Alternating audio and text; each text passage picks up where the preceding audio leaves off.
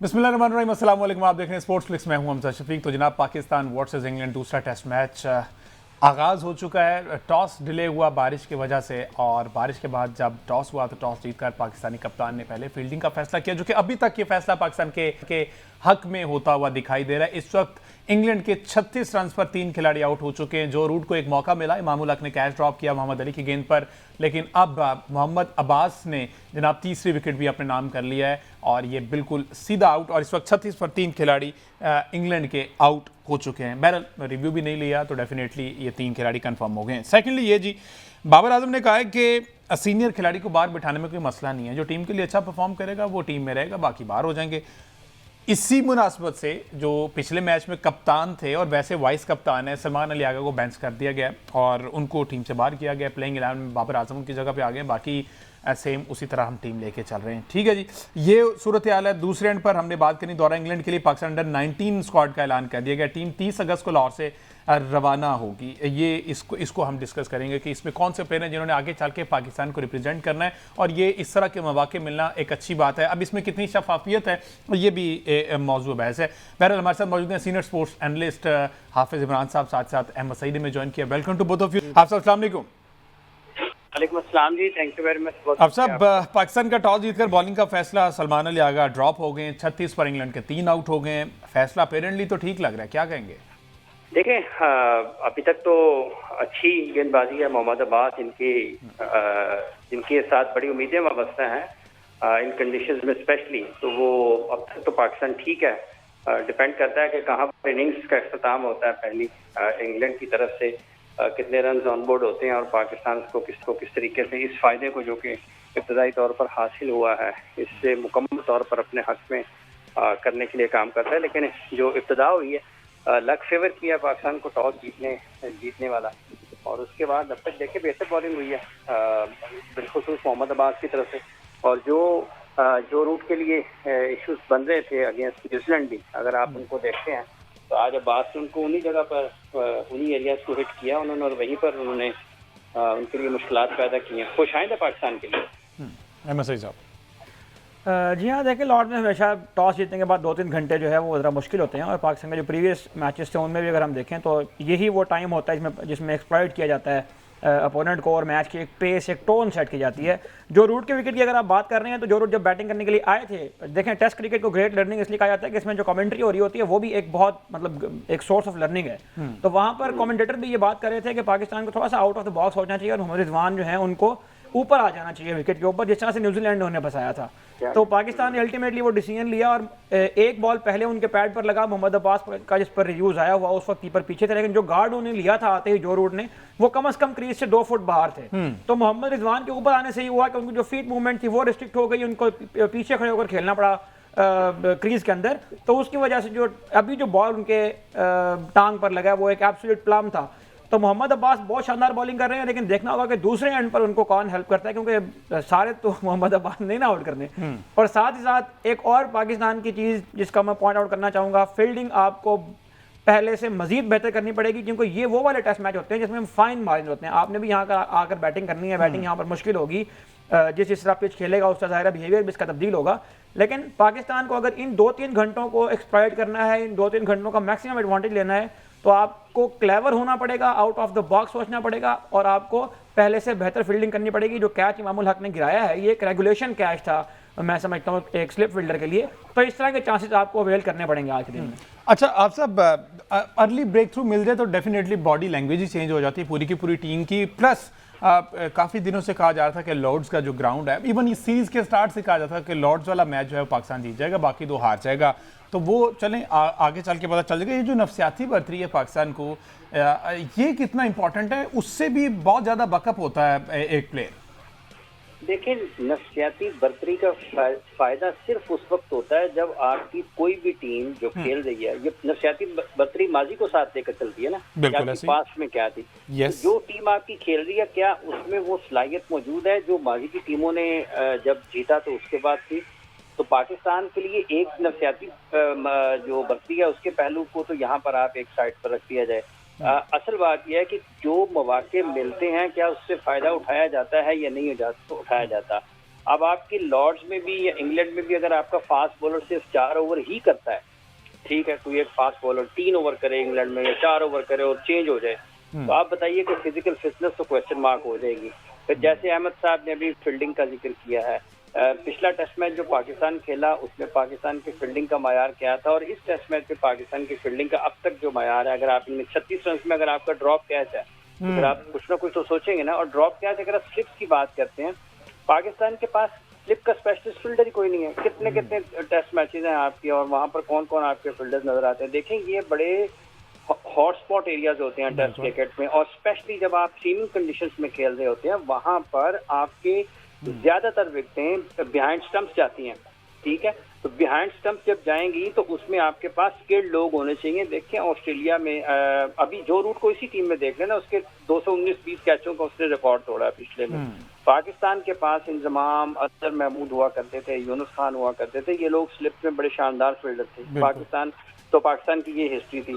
आज की इस टीम में पाकिस्तान की आपको मतलब फील्डिंग पोजीशंस के ऊपर बताएं, आपकी पूरी फील्डिंग जितनी भी फील्डिंग पोजीशंस हैं वहां पर कौन स्पेशलिस्ट है। तो ये इश्यूज हैं पाकिस्तान के, और ये हल नहीं हो रहे, जिस वजह से आप जो नफसियाती बर्तरी की बात कर रहे हैं वो नफसियाती बर्तरी को आपने बरकरार रखने के लिए आपको आउट करने हैं, आपको रन करने हैं। अभी चूंकि टेस्ट मैच का पहला सेशन है, पाकिस्तान ने 3 आउट किए हैं। अब इसके बाद आगे खेल कैसे चलता है, बिल्कुल पाकिस्तान के प्लेयर्स कैसे परफॉर्म करते हैं, पाकिस्तान का कप्तान अपने बॉलर्स को कैसे इस्तेमाल करता है, इंग्लैंड किस तरीके से इस सूरत हाल से बाहर निकलता है, या फिर वो दब जाता है, पाकिस्तान को जल्द आउट कर लेता है, सब कुछ पॉसिबल है ना।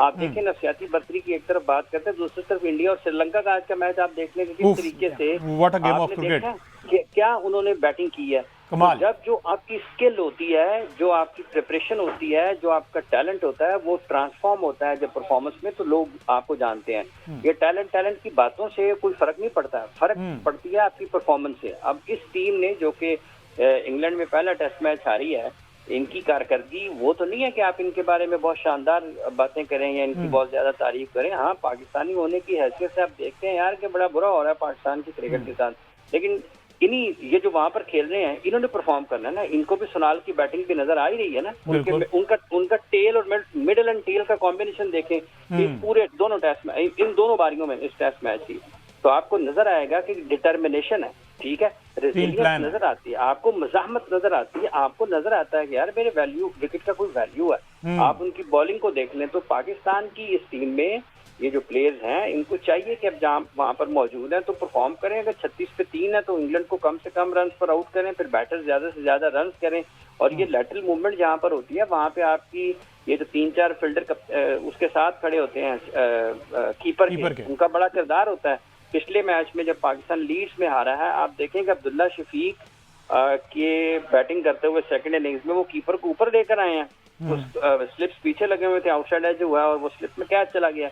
इसी तरीके से आज भी जैसे अभी ये इन्होंने फौरी तौर पर रिजवान ऊपर आया और उसका चेंज हुआ है, वो उसकी स्विंग खत्म हुई है, उसकी जो पाँव की नकलो हरकत थी वो महदूद हुई है, तो उसको नुकसान हुआ है। तो ये चीजें वो है जिसको आपने फायदा उठाना है। अगर आप नहीं उठाएंगे, अगर आप उसको ऑपोजिशन तो फिर उसका रिजल्ट वही होगा जो हमने पिछले मैच में देखा या वेस्ट इंडीज के खिलाफ पहले मैच में देखा। बहरहाल एक ब्रेक लेते हैं जी, ब्रेक से वापस आते हैं तो ये सलमान अली आगा जो बेंच किया गया इस पर हम थोड़ी सी बात करते हैं। ब्रेक के बाद स्टे विद अस।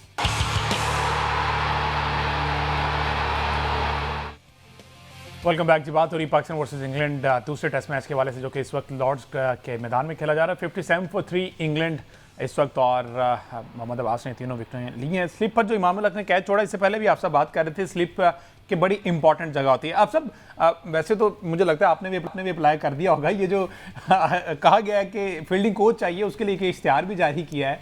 सर, एक तरफ हम वीडियोस देखते हैं, जो भी एनसीए से वीडियो आती है या प्रैक्टिस सेशन की आती है, जो या नेट्स लगते हैं या कैंप लगते हैं, स्लिप की फील्डिंग पर ही तमाम फील्डर खड़े होते हैं और एक थ्रोअर जो होता है वो उसको वहीं की प्रैक्टिस करवा रहा होता है। तो इसके बावजूद भी अभी आप कह रहे हैं ना कि हमारे पास कोई स्पेसिफिक स्लिप का फील्डर नहीं है, तो वाई सो?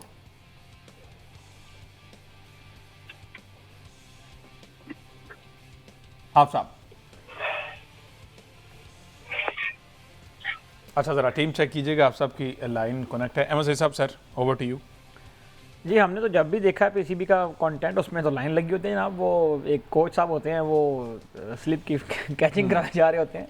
लेकिन जिस तरह से अभी पहले यहाँ पर बात हुई कि क्रिकेट जो है वो एक स्पेशलिस्ट का गेम है, और ख़ासतौर पर अगर आप टेस्ट क्रिकेट की बात करें तो आप जब तक स्पेशलिस्ट के ऊपर इन्हिसार नहीं करेंगे उस वक्त तक आप कोई लॉन्ग टर्म रिजल्ट्स नहीं लेकर आ सकते।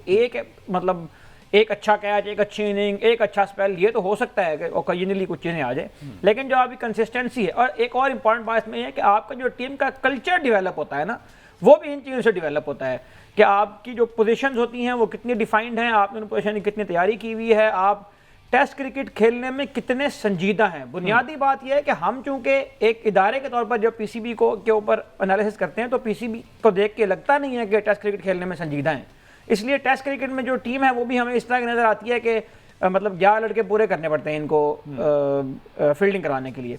तो फील्डिंग हो, बैटिंग हो, बॉलिंग, आप जब तक इस फॉर्मेट को खेलने में संजीदा नहीं होगे ना उस वक्त तक ये ठीक नहीं होगा। और संजीदगी उस वक्त, आज ये जो जिस टेस्ट मैच को उन्हें हवाला दिया है श्रीलंका और इंडिया का, जब सेंचुरी करके वो सुनाल की जब सेंचुरी मुकम्मल हुई है उसके फौरन बाद के जो 3-4 ओवर हैं उसकी जरा कमेंट्री निकाल कर आप सुने ना तो आपको पता लगेगा। संजय मंजरेकर ने उनसे सवाल पूछा कि ये लड़का आप कहाँ से निकाल कर लाए, कहाँ छुपा कर आपने रखे हुए इस तरह के लड़के, तो उन्होंने कहा कि हमारी जो स्कूल क्रिकेट है वहां पर हमारे पास स्कूल में बड़े बड़े ग्राउंड है और हम ये कोशिश कर रहे हैं कि वहां पर 3-डे क्रिकेट डेवलप करें। श्रीलंका को इस बात का, हालांकि श्रीलंका और वेस्ट इंडीज ये दो ऐसी कंट्रीज थे जिन्होंने T20 क्रिकेट के ऊपर बहुत ज्यादा एम्फेसाइज किया था, उसके बाद आपको ये नजर आया था कि ओडीआई क्रिकेट में और टेस्ट में दोनों में उनका डिक्लाइन आया था। उनको ये बात समझ में आ गई है कि रिवाइवल का तरीका भी वही है, लेकिन हमें अभी तक ये बात समझ में नहीं आ रही। तो संजीदगी अगर आपको चाहिए ना तो वो तब नजर आएगी जब आपके डोमेस्टिक में और आपकी ग्रास रूट लेवल के ऊपर चीजें ठीक होंगी। और फील्डिंग का भी उधर से ही मेयार है, सेट होता है। साहब अगर फील्डिंग की बात जिस तरह से आप कर रहे थे तो मैं सवाल ये कर रहा था कि हम जितनी भी वीडियोस देखते हैं वो जो थ्रोअर होता है या जो कोच होता है वो सिर्फ स्लिप की प्रैक्टिस करवा रहा होता है, हमने और कोई दूसरी प्रैक्टिस नहीं देखी, चाहे वो कैंप लगा हो, ट्रेनिंग सेशन हो, एनसीए में हो, जहाँ पे भी हो। इसके बावजूद ये हालात है हमारे कि हमारे पास कोई स्पेसिफिक स्लिप का फील्डर नहीं है। ये कि ये जो फील्डिंग वाला मामला है जिस पर भी आपने जिक्र किया है, पाकिस्तान की फील्डिंग हमेशा से तो बहुत अच्छी नहीं रही है ना, ड्रॉप कैचेस हैं, लेकिन कितनी बुरी भी नहीं रहती थी कि हमें कोई फील्डर नजर ही ना आए। मतलब जैसे अभी इंजमाम का जिक्र आता है, अजहर महमूद का जिक्र आता है, यूनुस खान का जिक्र आता है, सलीम मलिक और इजाज अहमद का जिक्र आता है, ठीक है, विकेट कीपर पाकिस्तान के राशिद कीपर मोइन खान का जिक्र आता है, उमर अकमल का जिक्र आता है। फिर अगर आगे चले जाते हैं आपको मोहम्मद हफीज, शुएब मलिक, अभी भी शादाब खान बहुत अच्छे फील्डर माने जाते हैं। लेकिन पाकिस्तान की उस वक्त की टीम में जो आज जो खामी और कमी नजर आ रही है, उस वक्त बॉलर्स बैटर्स कंट्रीब्यूट कर देते थे टाइमली, तो ये फील्डिंग छुप जाती थी या दब जाती थी, इसके ड्रॉप कैचेस उतना ज्यादा नुकसान नहीं पहुंचाते थे। अब चूंकि ना बॉलिंग से आउट होते हैं ना बैटिंग से रन्स होते हैं, तो फिर जो आपका एक कैच छूटा होता है या 2 कैच आप छोड़ दिए, ड्रॉप किए होते हैं, वो आपको लगता है कि यार ये तो हमारे लिए बहुत बड़ी मुसीबत बन गई है फील्डिंग भी। तो असल में ये मिक्सचर है उन तमाम आपके खराबियों का और खामियों का, जो कि बढ़ के उस सतह पर आ गए हैं कि हर चीज में थोड़ी थोड़ी खराबियां नजर आई हैं, तो उसके बाद वो एक बहुत बड़ा पहाड़ आपको नजर आता है। तो इसको इम्प्रूवमेंट की जरूरत तो है ना, इसमें तो कोई शक नहीं है कि जहां जहां आपको पता लगता है कि बेहतर होना है तो आप उसको करने की कोशिश करते हैं। लेकिन बदकिस्मती से अभी भी, जैसे कल बाबर आजम इज़हार ख्याल कर रहे थे प्रेस कॉन्फ्रेंस में, तो उन्होंने कहा कि मिडल ऑर्डर में हमें पता है कि कोलैप्स कर जाते हैं और हम इसको कोशिश कर रहे हैं, बट वो नजर नहीं आ रहा कि कैसे आपने उन मुश्किलात का और खामियों का क्या तोड़ और हल क्या निकाला और आपने आगे कैसे बढ़ना है। तो ये जब तक नहीं होंगे ये बात होती रहेगी कि क्यों नहीं हो रही। फिर आप इधर देखेंगे उधर देखेंगे, आपको लेफ्ट राइट नजर आएंगे। पूरा दिन बैटिंग किया उन्होंने, 6 विकेट मेरा ख्याल कल उनकी आउट थी।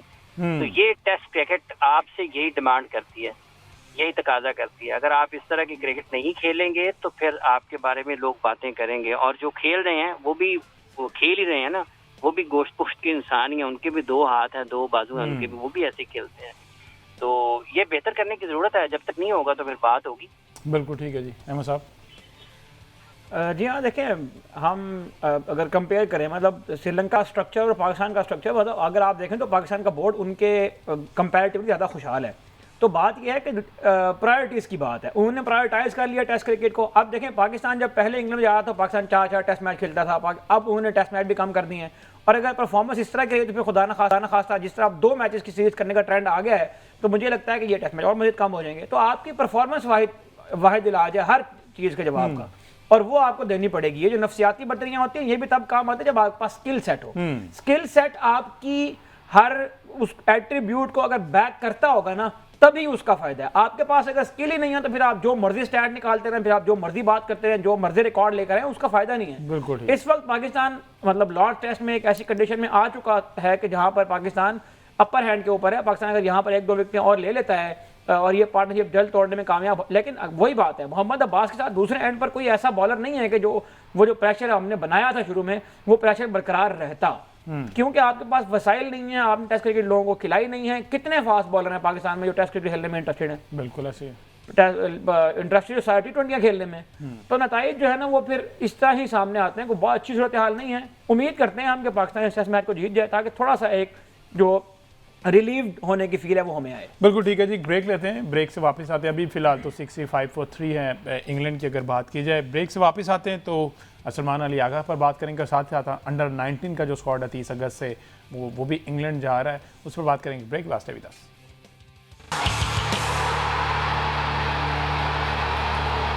वेलकम बैक जी। बात हो रही है पाकिस्तान वर्सेस इंग्लैंड दूसरे टेस्ट मैच के हवाले से, जो कि इस वक्त लॉर्ड्स के मैदान में जारी है और चौकों की बरसात हो रही है इंग्लैंड बैटर की जानिब से। जिस तरह से हैरी ब्रूक और जॉर्डन कॉक्स इस वक्त क्रीज संभाले हुए हैं। बहरहाल पाकिस्तान ने टीम में एक तब्दीली की है जबकि इंग्लैंड की टीम अनचेंज्ड है। तो आप सब ये जो एक तब्दीली की है सलमान अली आगा को बाहर बिठाना, आप नहीं समझते कि मोहम्मद रिजवान वाला भी ले ही लेना चाहिए था स्टेप? एक मौका गाजी गौरी को भी दे के देख लेते ताकि पता चल जाता।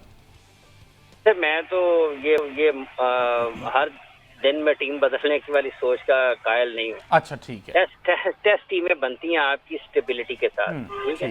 ये मौके दे के ना पिछले गुजरे कुछ बरसों में पाकिस्तान के क्रिकेट का इन्होंने हाल कर दिया है। जो भी सिलेक्टर्स हैं हमारी सोच भी T20 वाली हो गई है। सलमान अली आगा देखा सम टाइम मतलब कभी कभार आपको जरूरत पेश आ जाती है कि आप कुछ ना कुछ कर जाते हैं जैसे सलमान के साथ हुआ, लेकिन आपको स्टेबिलिटी चाहिए होती है, ठीक है। आपकी इनिशियल सिलेक्शन और प्रोसेस ठीक होना चाहिए और उसके बाद फिर प्लेस के ऊपर आपको इत्मीनान होना चाहिए। आप सलमान की अब हो सकता है जब आप इस किस्म के टूर्स पे जाते हैं तो आपकी प्रिपरेशन में खराबियां हों, आपकी प्रिपरेशन ठीक ना हो पाई हो जिस वजह से आप की फीट मूवमेंट या आप कुछ भी आपकी टेक्निकल इशू आ गया और आप उसके ऊपर परफॉर्म नहीं कर पा रहे हैं। तो जो अगर गाजी गौरी की बात है तो फिर रोहिल नजीर भी इसी मुल्क का हिस्सा है ना, वो भी पाकिस्तान शाहीन्स का के कप्तान रहे और उनकी जगह पर कितने लोग आकर खेल गए।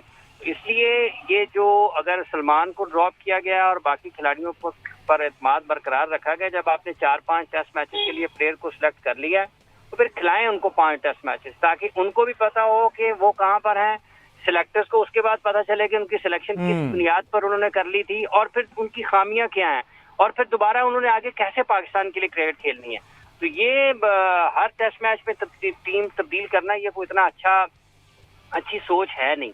इसको बेहतर होने की जरूरत है। ये T20 की क्रिकेट या T20 के का जो रुझान है पाकिस्तान में तेजी से फरोग पाता हुआ ना, उसकी वजह से हमारी अक्सरियत में सोच भी T20 हो गई है कि धड़ धड़ धड़ाधड़, वो हर वक्त यही आवाजें आनी चाहिए, वो निकल गया वो आ गया। ये जैसे सब्स्टिट्यूशन होती है ना उसमें हॉकी में, ये वो वाला हाल क्रिकेट के साथ हुआ है। ये नहीं होना चाहिए, इसको बेहतर होना चाहिए। बेस्ट ऑफ लक जो टीम वहाँ पर खेल रही है, जो प्लेयर्स जिनकी टीम में सिलेक्शन हुई है, अच्छा करें, परफॉर्म करें पाकिस्तान के लिए। और सऊद शकील को भी अगर आप निकाल दें, उसको भी निकाल दें, तो फिर किसको रखेंगे?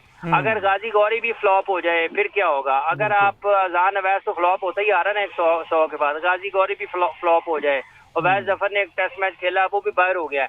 तो टेस्ट कैप पार्टी नहीं है, जिनको दी हुई है उनकी वैल्यू होनी चाहिए और जिनको तो आगे आपने देनी है उनको पता होना चाहिए कि इस कैप का वैल्यू क्या है। तो मेरा तो ये ख्याल है कि इस तरीके से आगे बढ़ा जाए तो ज्यादा बेहतर नताइज भी आ सकते हैं और आपकी स्टेबिलिटी भी आ सकती है, आपकी परफॉर्मेंसेज भी बेहतर हो सकती है। बिल्कुल ठीक है अहमद साहब। सर जिस तरह बाकी ये आफ्ताब वाली बात जो है कि वो एक दफ़ा अब रिजवान को मौके दे दिए, रिजवान मुसलसल नाकाम हो रहे हैं, जब इनको ड्रॉप किया जाएगा तो फिर ये सवाल नहीं करेंगे जैसे उन्होंने T20 में ड्रॉप होने पर सवाल किया था कि भाई मुझे क्यों निकाला। हाँ, तो अब वो सवाल नहीं करेंगे। तो इसी तरह पूरी सीरीज एक प्लेयर को देना चाहिए ताकि पता चल सके। हमजा साहब इसमें हमजा साहब कथा कलामी की माजर चाहूंगा, इसमें एक चीज और है। देखिए बात यह है कि जिन खिलाड़ियों ने 40-40 टेस्ट मैचेस खेल लिए होते हैं ना, 35-35 40-40 टेस्ट मैचेस खेल लिए होते हैं, आप उठा के देखें कि आपके कितने प्लेयर्स हैं जिनके 100 टेस्ट मैचेस जिन्होंने खेले हैं, 50-70 टेस्ट मैचेस खेले हैं, उसकी तादाद कम है। तो जो 40 खेल गया है, अगर उस 40 के बाद उसमें कोई खामी आ गई है या उसकी कोई गड़बड़ हो गई है, तो उसूली तौर पर होना ये चाहिए, टेक्निकली ये होना चाहिए कि उसकी उस खामी को दूर करके उसको नेक्स्ट 40 मैचेस के लिए तैयार किया जाना चाहिए। जब वो रन्स करने के काबिल होता है या विकेट लेने के काबिल होता है तो हमारे यहाँ उनकी परफॉर्मेंसेस खराब होती है, इसमें कोई शक नहीं है। बट मैनेजरियल साइड के ऊपर अगर चीजें हैं, प्लेयर्स के टेक्निकल इश्यूज आ गए हैं, उसके मेंटल इश्यूज आ गए हैं, उसके फिजिकल इश्यूज आ गए हैं, तो आपने एक नए खिलाड़ी को डालना है। जब वो 40 के करीब आएगा, वो बाहर आ जाएगा, उसके इश्यूज आ जाएंगे, तो फिर जो ह्यूमन रिसोर्स आपने प्लेयर्स की डेवलपमेंट के लिए रखा हुआ है उसका क्या काम है? तो यहाँ पर पाकिस्तान के जो इश्यूज हैं, अभी शाहीन है, नसीम है, धानी है, फलां है, इतने सारे प्लेयर्स इस टीम में देख लें, निकालो जी सऊद को भी, उसको भी, तो फिर आप नए को ला लें, 6 महीने बाद फिर नए लेंगे, आपकी टीम स्टेबल कहाँ पे होगी? अभी अगर सऊद शकील का कोई इशू आ रहा है साल 1.5 साल से, तो उसकी आइडेंटिफिकेशन की जरूरत है ना। आइडेंटिफाई करें, उसको बेहतर करें, वो रन्स करे। आपके ना रन्स हैं किसी के, ना विकटें हैं। ये पेस की बात हो रही पाकिस्तान में, पूरे पाकिस्तान में शोर मचा हुआ है। मार्क वुड कमेंट्री कर रहा है, उसके 38 टेस्ट मैचेस में 119 विकटें हैं। ये पाकिस्तान के लिए मोहम्मद अब्बास कह रहे हैं 31 टेस्ट मैचेस में उसकी उतनी विकटें हैं। तो कहाँ पे परफॉर्मेंस किसकी है? परफॉर्मेंस तो मोहम्मद अब्बास की है विकटों के हिसाब से, मार्क वुड की तो नहीं है। तो कहाँ पर फिर आप जो प्रोपोगेट करते हैं वो क्या करते हैं? आप लोगों को क्या बता रहे हैं? जो आपके सिलेक्टर्स हैं, जो और लोग हैं, या जो जितने भी लोग क्रिकेट के ऊपर बात करते हैं, सो क्रिकेट की अंडरस्टैंडिंग को उस तरीके से लेना चाहिए कि आपका ह्यूमन रिसोर्स है, आपने इसकी बेस्ट जो आपकी है आपके अंदर, आपने उसको निकालना है। इंग्लैंड में बात हो रही है, वो जी शाहीन का एटीट्यूड का प्रॉब्लम है, उसका ये एटीट्यूड का प्रॉब्लम है, फलां का ये प्रॉब्लम है। तो जब इस तरह की बातें करते हैं तो आपकी खिलाड़ियों के साथ साथ आपकी शायकीन की सतह के ऊपर भी खेल के बारे में तासुर खराब होता है। अब ये सबसे आसान लफ्ज है एटीट्यूड कह देना। जब रमीज साहब चेयरमैन पाकिस्तान क्रिकेट बोर्ड थे तो उस वक्त तो वो कहते 70% भी फिट हो तो खिला देना चाहिए, तो उस वक्त तो एटीट्यूड नहीं था। एटीट्यूड ये होना चाहिए कि हमने एक 22 ईयर्स ओल्ड क्रिकेटर को हमने 37, 38 तक कैसे लेके जाना है, 33, 34 तक कैसे लेके जाना है, उसकी बेस्ट परफॉर्मेंसेस कैसे उससे निकालनी है। जब तक हम इस अंदाज से सोचने की कोशिश नहीं करेंगे, और ये मैं अपनी बात नहीं कर रहा हूँ, ये आपके सामने तारीखी हवाले मौजूद हैं, हकायक मौजूद हैं, आप उनको सामने रखें। आप लोगों की ये जो रोहित शर्मा और विराट कोहली अभी गए हैं, अजिंक्य रहाणे और वो गए हैं, आपको लगता है ना कि फर्क पड़ता है जब टॉप प्लेयर्स जाते हैं? अभी इस टीम में से बेन स्टोक्स के जाने से फर्क पड़ा कि नहीं पड़ा? आपके वो दो उनके जिमी एंडरसन और स्टुअर्ट ब्रॉड इतनी लंबी क्रिकेट कैसे खेल गए हैं? ठीक है, क्या वहां पे शोर मचा, जाया हो गए, जाया नहीं होते सर। आपकी क्रिकेट की स्टेबिलिटी में जिन चीज स्टेबिलिटी आएगी तो चीजें आगे बढ़ेंगी। बिल्कुल ठीक है आप साहब। और यहाँ पर मोहम्मद अली ने क्या क्लीन बोल्ड किया है हैरी ब्रुक को, और ये कहीं ना कहीं ये फैसला जो है, ये कंडीशंस जो है डेफिनेटली पाकिस्तान के हक में जाती हुई आज दिखाई दे रही हैं। अल्लाह करे आगे चल के भी यही सूरत हाल क्रिएट हो और पाकिस्तान की बैटिंग जो है वो स्टेबल हो, ना कि इस तरह की जैसे इंग्लैंड की बैटिंग जारी है। तो आगे चल के देख आखिरी आगे दूसरे तीसरे चौथे रोज़ क्या बनता है। अभी तो ये डे स्टार्ट है और बारिश के बाद थोड़ा सा डिस्टर्ब हुआ था माहौल, और वो अब दोबारा से स्टार्ट हो चुका है और इंग्लैंड के 4 खिलाड़ी आउट हो गए हैं। मुझे दीजिए इजाज़त, अल्लाह।